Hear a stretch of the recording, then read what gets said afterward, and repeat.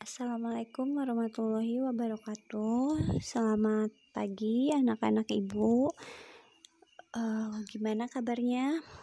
Mudah-mudahan kita semua diberikan kesehatan ya. Di pertemuan hari ini kita belajar bahasa Sunda lagi ya.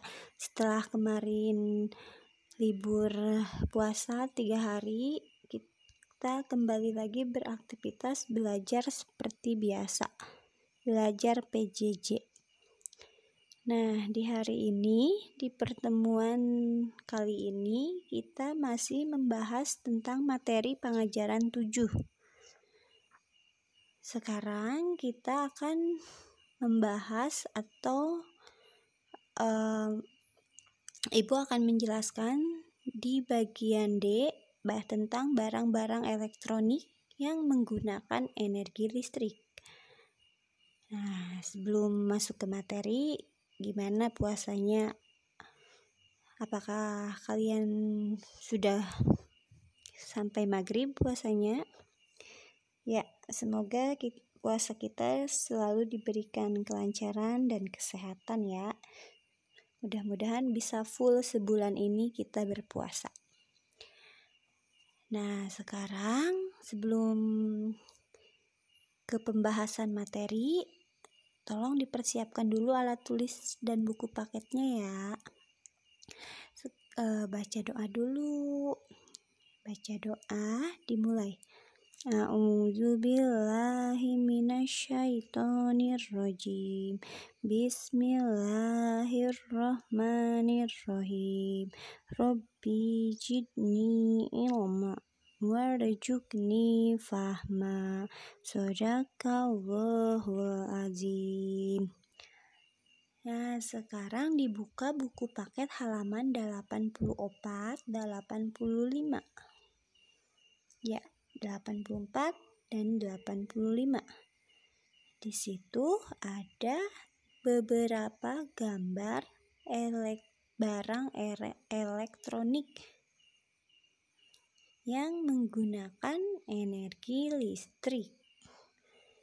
Nah, energi listrik biasanya digunakan atau kebanyakan digunakan untuk kebutuhan rumah tangga. Seperti mesin cuci, kulkas, magicom, setrikaan. Nah, itu alat-alat yang sering digunakan untuk kebutuhan rumah tangga. Yuk kita bahas satu-satu gambarnya. Nah, gambar pertama ada gambar apa yo? Ya, ini adalah laptop atau komputer cincin. Ya, kalian sudah pasti tahu, bahkan di antara kalian pasti banyak yang sudah mempunyai laptop ini. Ini adalah laptop. Gunanya untuk mengetik sesuatu atau mengetik kerjaan atau mengetik tugas-tugas sekolah, tugas-tugas kuliah, atau bisa digunakan juga untuk menonton film. Seperti ini. Sekarang laptop tidak hanya dimiliki, mohon maaf, oleh orang-orang yang berada, tetapi orang-orang yang menengah juga pasti mempunyai laptop karena ini merupakan suatu kebutuhan. Apalagi zaman sekarang PJJ begini pasti membutuhkan barang tersebut. Sekarang yang kedua ada gambar printer. Nah, printer itu untuk menyetak hasil ketikan yang telah dibuat. Nah, kita kan tadi misalkan mengetik di laptop tentang tugas bahasa Sunda, harus dikumpulkan. Nah, otomatis harus di print dong, harus dicetak. Iya, printer itu semacam cetakan. Jadi kalau kita ngetik tugas-tugas ataupun kerjaan, kemudian harus dikumpulkan melalui seperti kertas gitu, harus dicetak dulu. Nah, dicetaknya menggunakan printer ini. Bisa dipahami sampai sini? Sekarang coba lihat gambar nomor 3. Nah, ini gunanya sama seperti laptop. Pikeun ngetik atau ngerjakeun tugas-tugas secara elektronik modern. Kan kalau misalkan zaman dulu bisa pakai mesin tik ya, yang kalau dipencet huruf atau diketik hurufnya itu selalu bunyi-bunyi. Nah, mesin tik zaman dulu. Kalau sekarang ini ada komputer atau laptop, jadi lebih canggih. Nah, komputer bentuknya seperti ini. Fungsinya sama seperti laptop. Cuma komputer ini bisa dikatakan sebagai agak zaman dulu ya.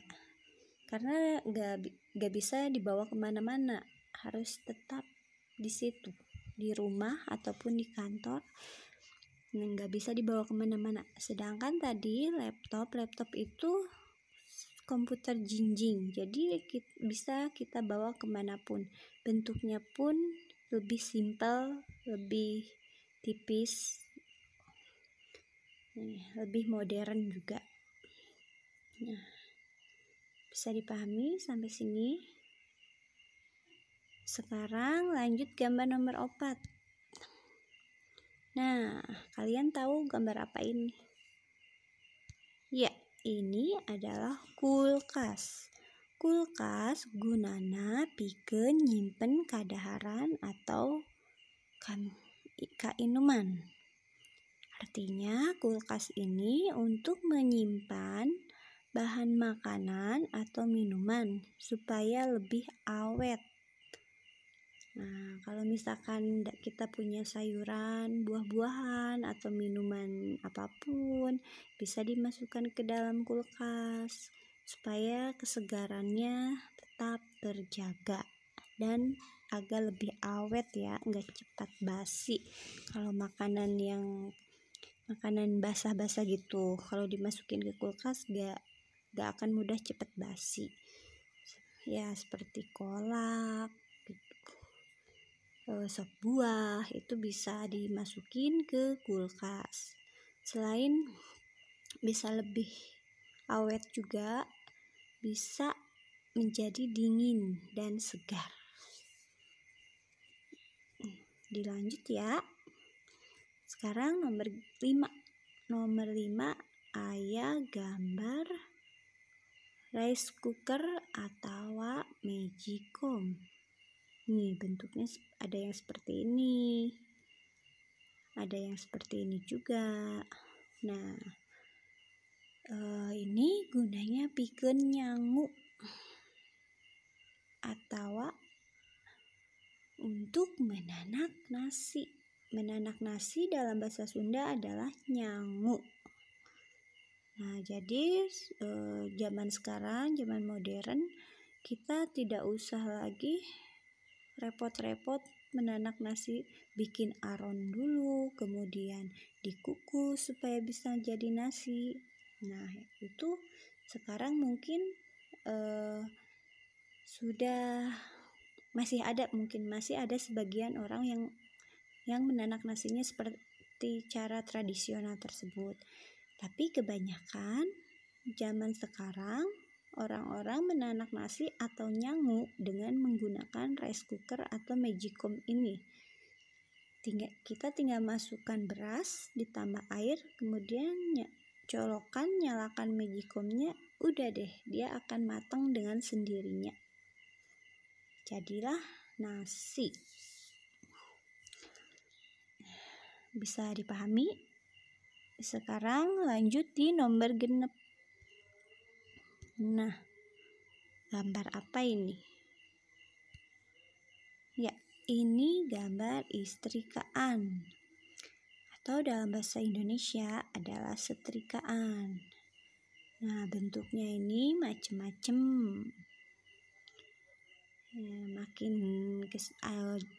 Makin kesini makin canggih juga karena banyak jenis setrikaannya, seperti setrikaan listrik ini, seperti setrikaan uap, atau ada tuh yang sekarang lebih praktis yang kecil bentuknya, jadi kayak hair dryer atau kayak bentuk sisir tapi lebih gede dari sisir, bentuknya seperti itu jadi kita bisa sambil berdiri nyetrikanya.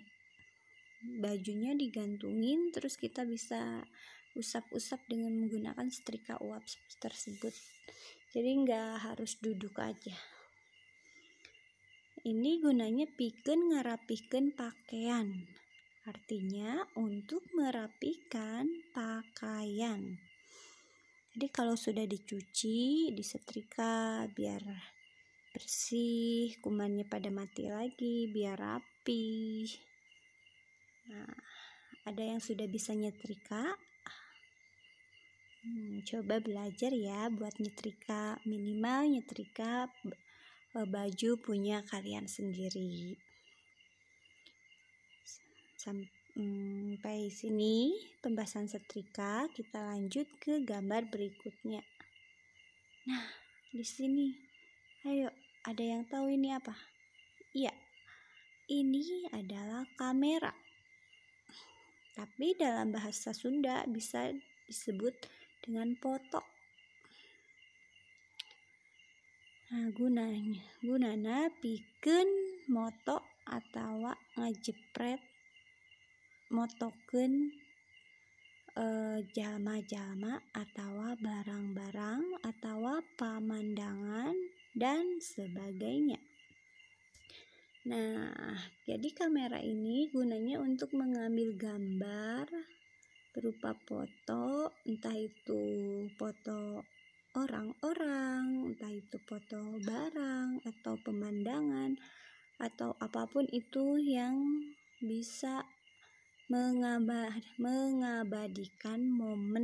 mengabadikan suatu momen supaya kita punya kenang-kenangan dikala kita melakukan momen-momen bersama teman, bersama keluarga. Nah, jadi kita bisa punya kenang-kenangan. Oh iya, ini foto waktu ketemu teman di sekolah, di rumah, atau lagi berwisata. Seperti itu ya. Sekarang lanjut di nomor 8. Nah, gambar apa ini? Iya, ini ada gambar televisi atau television.